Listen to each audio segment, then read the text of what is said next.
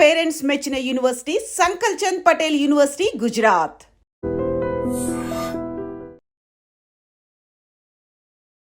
నమస్తే రమగారు. నమస్తే జయ. రమగారు, మనం నోములు వ్రతాలు ప్రత్యేకమైన కార్యక్రమం చేయదలుచుకున్నాం కదా. ఒక్కొక్క నోము గురించి మాట్లాడుకుందాం. మొట్టమొదటి ఒక నోము గురించి చెప్పండి. దానికన్నా ముందు నాకు ఈ ఆలోచన ఎందుకు వచ్చిందో మీ ముందు పెడతాను. ప్రకాష్ వాళ్ళ ఫ్రెండ్ వాళ్ళు విజయవాడ నుంచి ఫోన్ చేశారు. వాళ్ళు ఒక నోము నోచుకుంటున్నాము, పసుపు కొన్ని కిలోల లెక్కను తెప్పించి, కుంకుమ కూడా అన్నీ కూడా తాంబూలం ఇస్తాం. ముందు ఊర్లో ఉన్న అమ్మవారికి ఇచ్చి తర్వాత తాంబూలం ఇచ్చుకుంటాం. ఏంటిది అంటే ఇది ఒక ప్రత్యేకమైన నోము అనేసి. సో ఇద్దరిని రమ్మన్నారు. నాకు కుదరక నేను వెళ్ళలేకపోయాను, తను వెళ్ళొచ్చారనమాట. అప్పుడు అనిపించింది ఇట్లాంటి మనకు తెలియని నోములు, వ్రతాలు, పూజలు చాలా ఉన్నాయి. పూర్తిగా చాలా వరకు మీకు తెలుసుంటాయి. అవన్నిటినీ మనం ప్రజలకు పరిచయం చేద్దాము. వాటి విధానాలు, ఎందుకు చేసుకుంటాం, ఎలా చేసుకోవాలి, నియమాలు అన్నీ కూడా. అందుకని ఈ సిరీస్ని స్టార్ట్ చేస్తున్నాను. సో ఫస్ట్ తన పేరు పూర్ణిమ అండి. తన నుంచి నాకు వచ్చిన ఇన్స్పిరేషన్ అనమాట ఇలాంటివి చేద్దామనేసి. అయితే ఆ ఇన్స్పిరేషన్కి కారణమైన నోము గురించే మాట్లాడదాం. తప్పకుండా రమ్మగారు. కైలాస గౌరి నోము అంటారు. మీకు పిలుపు వచ్చింది దాన్ని. ఈ కైలాస గౌరి నోము ఏంటంటే ప్రత్యేకంగా ఇన్ని కేజీల పసుపు, ఇన్ని కేజీల కుంకుమ అన్నట్టు. 5 కుంచాల పసుపు, 5 కుంచాల కుంకుమ. ఈ కుంచాలంటే ఇంచుమించుగా ఒక 30 కేజీలైనా కనీసం ఉంటాయి. కొంచెం అంటేనా? కుంచం అంట కదా, మొత్తం 5 కుంచాలంటే ఇంచుమించుగా. కొంచెం అంటే 4 కేజీలు, 5 అలా లెక్క ఉంటుంది. ఒక 20 నుంచి 30 కేజీల దాకా. అయితే దీనికి ఏంటంటే ఒక దేవాలయం, సమీప దేవాలయంలో పూజ చేయించుకుని అమ్మవారికి మొదట పసుపు కుంకాలు సమర్పించుకుని ఆ తర్వాత మిగిలిన పసుపు కుంకాలని ముత్తైదువులకి పంచిపెడతారు. ఈ పంచటం ఇట్లా దోశలతో తీసిస్తారు. దోసెడు ఒళ్ళో పోయిస్తారు.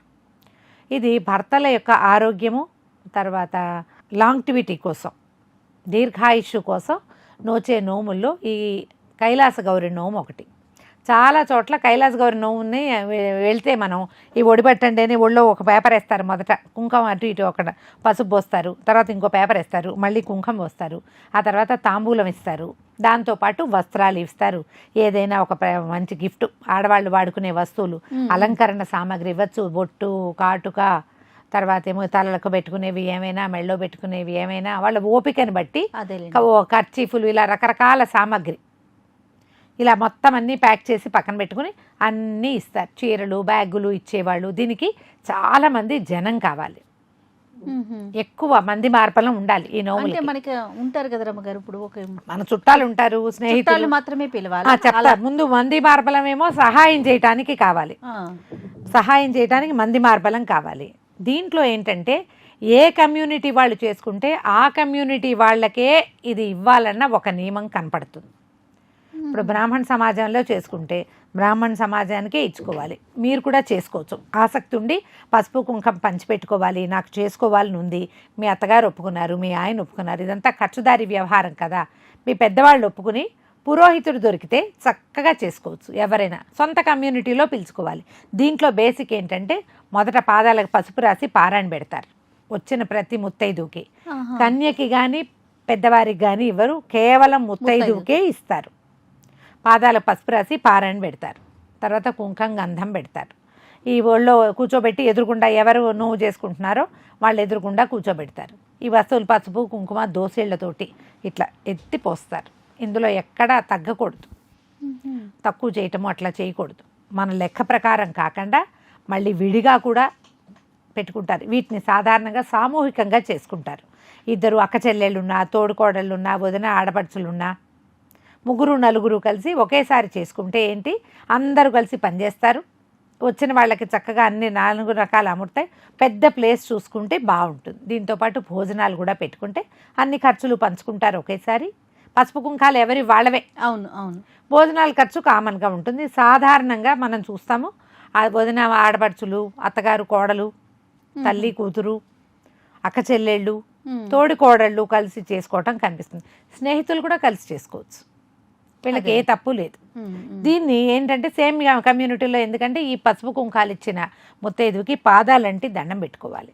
దీంట్లో మనకి తరగతుల్లో తేడాలు ఉన్నాయి కదా, తరగతుల్లో కాదు కమ్యూనిటీస్లో తేడాలతో కొంచెం శంకలుగా ఉంటాయి కొంతమందికి. ఈ శంక లేకుండా ఉండటం కోసం ఇది చేసుకుంటారు. ఒకవేళ స్నేహితుల్లో పిలుచుకున్నా, మన ఫ్రెండ్స్లో రండి తాంబూలానికి అని పిలిచినా వాళ్ళకి ఈ ప్రత్యేక విధానం ఇవ్వరు, పసుపు కుంకాలు ఇస్తారు, ఎక్స్ట్రా పెట్టుకుంటారు అట్లా ఇవ్వడం కోసం. అదేలేండి. ఈ సేమ్ కమ్యూనిటీలోనే ఇన్ని కేజీలు ఖర్చు పెట్టుకుంటారనమాట. ఇది విధానంగా కనబడుతుంది. ఇందులో అలా ఎలా చేస్తారు, ఇదేం చేస్తారు లాంటి ప్రశ్నలు వేయద్దు. మన పెద్దవాళ్ళు పూర్వీకులు చెప్పారు మీకు ఇష్టమైతే ఈ పని చేసుకోవటం.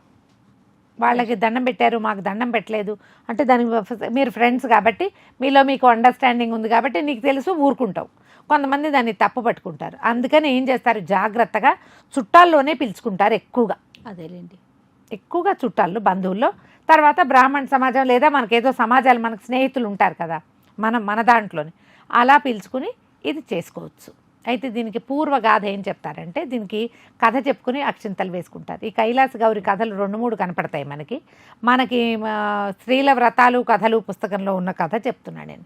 పూర్వం ఒక బ్రాహ్మణ ముత్తైదు ఒక అమ్మాయి ఉండేది. ఒక 16-18 సంవత్సరాలప్పుడు 10 పెళ్లి చేశారు. 16కో 18కో పాపని కాపురానికి పంపించారు. పంపిస్తే ఆ భర్తకి ఇతరత్ర ఏదో స్నేహాలు ఉన్నాయి. ఆయన ఇల్లు పట్టకుండా తిరిగేవాడు. ఆ పిల్ల రోజు ఏడ్చేది.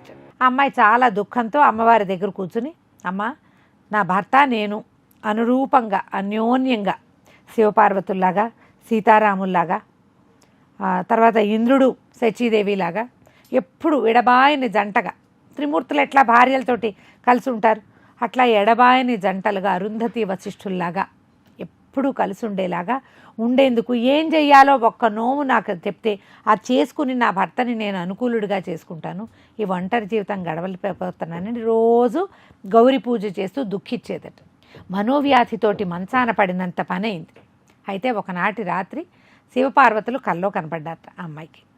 కనపడి, అమ్మాయి ఎందుకే దుఃఖించి ఇట్లా ఒరుగులాగా అయిపోయావు, కైలాస గౌరి నోము నోచుకో, నువ్వు ఎప్పటికీ శివపార్వతులాగా నువ్వు నీ భర్త కలిసి ఉంటారు, సీతారాముల్లాగా ప్రేమగా ఉంటారు అని చెప్పారు. అమ్మాయి నిద్రలేచి పురోహితుడి దగ్గరికి వెళ్ళి, నేను కైలాస గౌరి నోవు నోచుకుంటాను, అది ఎట్లా నోచుకోవాలి నాయన అంటే, అమ్మ 2 పద్ధతులు ఉన్నాయి. ఒక పద్ధతి ప్రకారం ఏమో పసుపు కుంకాలు, అలంకరణ సామాగ్రి, 13 మంది ముత్తైదువులకి అన్ని వస్తువులు ఇట్లా ఇవ్వాలి, ఇది ఇవ్వచ్చు ఒక పద్ధతి. రెండో పద్ధతి ఇంకొకటి ఉంది, ఇది మంచి పద్ధతి అమ్మ. చక్కగా పసుపు కుంకాలు 5 కుంచాలు, 5 కుంచాల పసుపు, 5 కుంచాల కుంకుమ, గ్రామదేవతని పూజించి దేవాలయంలో కానీ తెరిపిగా ఉండే ఏదైనా మండపంలో కానీ కూర్చుని నువ్వు ఇవ్వు, ముత్తైదువులకి అప్పచెప్పాలి. వస్త్రము, తర్వాత అలంకరణ సామాగ్రి, పసుపు కుంకుమ ఇస్తే అప్పుడు తరగని 5వ తనము నీ సొంతం అవుతుంది. అయితే ఈ నోము నోచుకున్నప్పుడు అమ్మవారికి మొట్టమొదట మనం పసుపు కుంకం దోశలతో ఇచ్చాక ఇక మాట్లాడకూడదు. నువ్వు మాట్లాడకుండా ఉంటే ఈ మొత్తం పసుపు కుంకాలన్నీ పూర్తయ్యేదాకా నిశ్శబ్దంగా ఉండాలి. తర్వాత భర్త చేతికి అక్షింతలు ఇచ్చి దండం పెట్టి అక్షతలు వేయించుకో, నీ భర్త నీ వాడవుతాడు అని చెప్పాడు. ఆవిడ సరే ఈ రకంగా చేసింది. ఇప్పుడు మనం ఏం చేస్తామంటే ఈ కథను చెప్పుకుంటాం. పూర్వం ఒక బ్రాహ్మణ స్త్రీ భర్తతోటి అనురూపత లేక బాధపడుతూ ఉండేది. ఆమెకి పార్వతీదేవి కల్లో కనపడింది. ఈ కథ నేనేం చెప్పాను, ఈ కథ చెప్పుకోవటము, అక్షతలు వేసుకుని ఇవి శివరాత్రి, రథసప్తమి అప్పుడు కూడా చేసుకుంటారు. ప్రత్యేక అయితే శివరాత్రి నాడు కానీ రథసప్తమి నాడు కానీ అక్షతలు వేసుకుని కథ తలుచుకుని కైలాస గౌరి నోవు నోచుకుంటాను అని అమ్మవారికి చెప్పుకుని అక్షతలు పట్టుకుని కథ చెప్పుకుని అక్షతలు నెత్తి మీద వేసుకోవాలి. అంటే ఈ ఏడాది లోపల, ఏడాది కానీ 3 ఏళ్ళు కానీ 5 ఏళ్ళు 9 ఏళ్ల లోపల ఇట్లా చేసుకోవాలంటారు. ఈ కథ ఈ నోవుని చేసుకోవచ్చు. ఏ రోజున మనం నోవు నోచుకోదలుచుకున్నామో ఆ రోజు మనం కొంచెం మంచి రోజు చూసుకుని, భర్త ఊళ్ళో ఉండాలి. ఆయన ఊరు వెళ్ళిపోయినప్పుడు నేను ఒంటరిగా చేసుకుంటాను అని అనకూడదు. ఆయన ఊళ్ళో ఉండాలి. భార్యాభర్త కలిసి దేవాలయానికి వెళ్ళి అమ్మవారికి పసుపు కుంకుమ సమర్పించుకుని అక్కడ మొదలుపెట్టి దేవాలయంలోనే కూర్చుని ముత్తైదువులందరికీ ఈ పసుపులు కుంకాలు పంచిపెట్టుకోవాలి. ఎవరైతే నోవు నోచుకుంటున్నారో ఈమె మూగనోవు బట్టి ఉంటుంది, ఎవరిని పిలుస్తుంది. అందుకని మంది మార్బలం, చుట్టాలు, స్నేహితులు ఉంటే ఈ అమ్మాయి మాట్లాడకపోయినా కూడా ఈ పని పూర్తి చేస్తారు. సాధారణంగా ఏంటంటే సాయంత్రం లోపల అయిపోవాలి, సూర్యాస్తమయం లోపల పూర్తి అవ్వాలి, ఈ నియమం ఉంటుంది.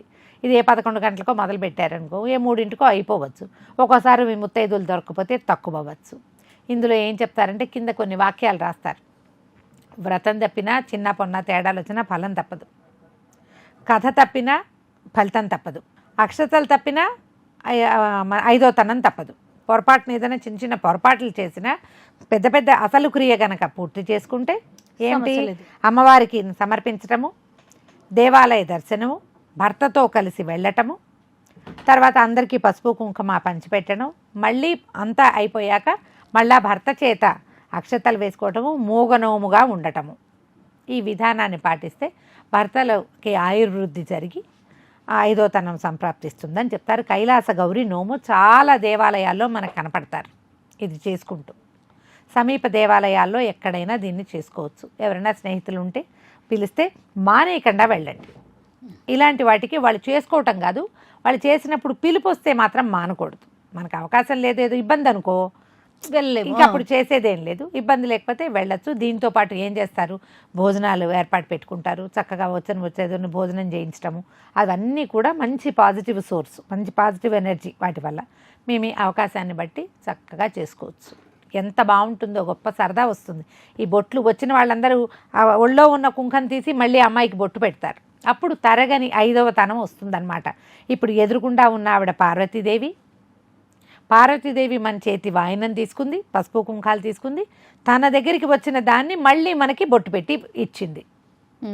అంటే ఇప్పుడు మనకి వృద్ధి జరుగుతుందన్నమాట. దానివల్ల భర్తలకి ఆయుష్ పెరుగుతుందని చెప్తారు. ఈ నోము జీవితంలో ఒక్కసారి, ఇది ఏటా చేసేది కాదు. 1 టైం కైలాస గౌరి నోము నోచుకోవటం, కథ చెప్పుకుని అక్షింతలు వేసుకుని తర్వాత పూజ చేసుకోవటం, గౌరీ పూజ చేయటము, తర్వాత దేవాలయంలో చక్కగా పూజ చేసుకుని అమ్మవారికి సమర్పించుకుని ఇవన్నీ పూర్తి చేసుకోవటం. మీ అవకాశాన్ని బట్టి చక్కగా చేసుకోవచ్చు. దీంట్లో ఈ కథలో ఏదైనా తేడాలున్నా, మీ ఇళ్లలో చెప్పే కథ ఏముందో, మీ సమీప బంధువులు ఎవరికైనా తెలుసున్నా, మీ పురోహితుడు చెప్పినా ఆ ప్రకారంగా పసుపు కుంకం పంచడం మాత్రం సేమ్. ఓకే, అవకాశం ఉన్న వాళ్ళు చక్కగా చేసుకోండి. సంతోషం రామ్ గారు, నమస్తే. నమస్తే G. And for more videos, Please subscribe to iDream. Please subscribe to iDream. Please subscribe iDream. And please subscribe to iDream. For more videos, subscribe to iDream. please like, share and subscribe to the channel. Congratulations, iDream. Subscribe to iDream. Subscribe to iDream. So subscribe to iDream Media. iDream team andarki huge congratulations. Please subscribe iDream Media. Please subscribe to iDream. Subscribe iDream. Please subscribe to iDream. iDream అంటే నా కళల ఛానల్ను subscribe చేసుకున్న నోరు తిరుగుతలేదు, మీరైతే గంట గుర్తు కొట్టండి. For more such videos, please subscribe to iDream. Subscribe to iDream. Please subscribe to iDream. Please subscribe iDream Media. Please do subscribe to iDream. Please subscribe to iDream Media. For best entertainment and information, please subscribe iDream. And don't forget to subscribe to iDream.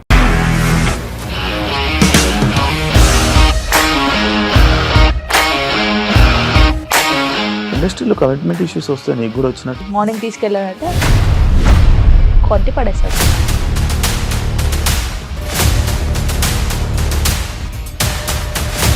ఒక్కళ్ళు కూడా చూడలేదు ఈ cinema అని చెప్పడానికి కూడా చాలా ధైర్యం కావాలి. అది నిజం కదా, దాంట్లో ధైర్యం ఏంటి? ఇది నెక్స్ట్ డే ప్లేట్ మార్చేస్తే తప్పు కదా. As of now, we are comfortable this అని నేను అనుకుంటున్నాను. రష్మిక గారిది మీది ఒకే ఊరంట కదా. నీకు కోపం వచ్చిందంటే బాగా తిట్టేత్తరా? తిట్టేద్దామండి.